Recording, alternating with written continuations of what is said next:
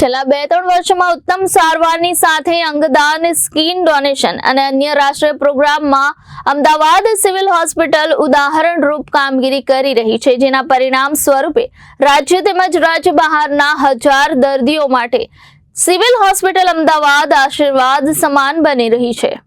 વધુ વિગતો આપતા સિવિલ સુપ્રિન્ટેન્ડન્ટ ડોક્ટર રાકેશ જોશીએ જણાવ્યું હતું કે અમદાવાદના રહેવાસી અને મજૂરી કામ કરતા જગદીશભાઈ બોદાણાના 10 વર્ષના પુત્ર કૃષ્ણાને રમતા રમતા આકસ્મિક રીતે રમકડાની પ્લાસ્ટિકની સિસોટી શ્વાસ નળીમાં જતી રહેતા ઉધરસ શરૂ થઈ હતી।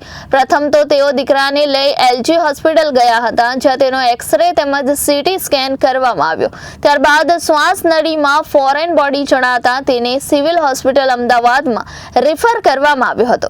બાળકને સિવિલ હોસ્પિટલના પીડિયાટ્રિક સર્જરી વિભાગમાં દાખલ કરવામાં આવ્યો હતો, જ્યાં તારીખ 20 ડિસેમ્બરના રોજ ડોક્ટર જયશ્રી રામજી પ્રોફેસર પીડિયાટ્રિક સર્જરી વિભાગ તેમજ ડોક્ટર ચિરાગ પટેલ અને ડોક્ટર તૃપ્તિ શાહ એનેસ્થેસિયા વિભાગની આગેવાની હેઠળ ટીમ દ્વારા બ્રોન્કોસ્કોપી કરી ડાબી તરફની મુખ્ય શ્વાસ નળીમાંથી પ્લાસ્ટિકની સિસોટી સફળતાપૂર્વક બહાર કાઢવામાં આવી હતી।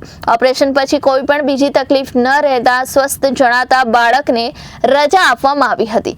બીજી તરફ તારીખ 22 ડિસેમ્બરના રોજ નિકોલ અમદાવાદ ખાતે 92 વર્ષના છગનભાઈ શામજીભાઈ દેવાણી મૃત્યુ પામતા પરિવારજનોએ સિવિલ હોસ્પિટલ અમદાવાદની સ્કિન બેંકનો સંપર્ક સાધતા સિવિલ હોસ્પિટલના પ્લાસ્ટિક સર્જરી વિભાગના વડા ડોક્ટર જયેશ સચદેવની ટીમે ઘરે જઈ મૃતકની ત્વચા લઈ સ્કિન ડોનેશન સ્વીકાર્યું હતું।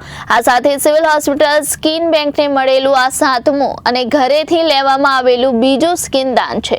રાજ્ય સરકાર સિવિલ હોસ્પિટલની સેવાઓમાં ઉત્તરોત્તર વધારો કરી રહી છે, જેથી સિવિલ હોસ્પિટલનો સ્ટાફ પણ દર્દીઓને ઉત્તમ સારવાર મળી રહે તે માટે કટિબદ્ધ છે।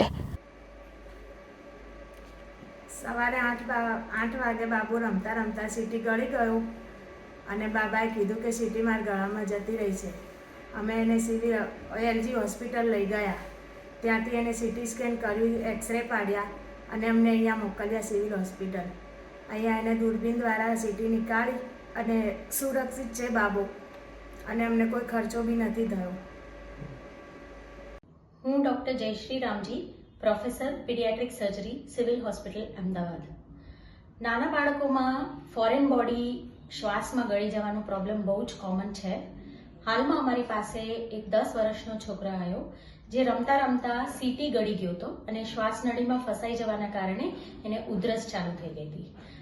એ લોકો પહેલાં પ્રાઇવેટ હોસ્પિટલમાં લઈ ગયા હતા, જ્યાં એક્સરે અને સીટી સ્કેન કરીને તેઓ નિદાન પર પહોંચ્યા કે શ્વાસ નળીમાં કંઈક ફોરેન બોડી ફસાઈ ગયું છે, પણ સાધનો ના હોવાના કારણે એ સિવિલ હોસ્પિટલમાં એમને રેફર કર્યું।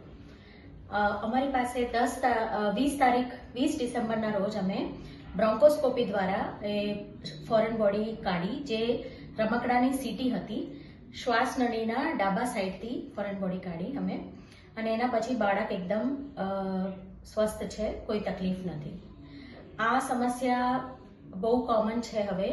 સિંગદાણા, સોપારીનો દાણો, સીટી છે, કોઈ બી નાની નાની વસ્તુઓ, ઇવન બેટરી સેલ છે, એ બધો છોકરાઓને બહુ એટ્રેક્ટ કરે ને તરત એ લોકો ગળી જાય ને શ્વાસ નળીમાં ફસાઈને તકલીફ ઊભી કરે છે, એટલે મા બાપને આનું બહુ ધ્યાન રાખવું પડે। Bureau report Janadesh news Ahmedabad.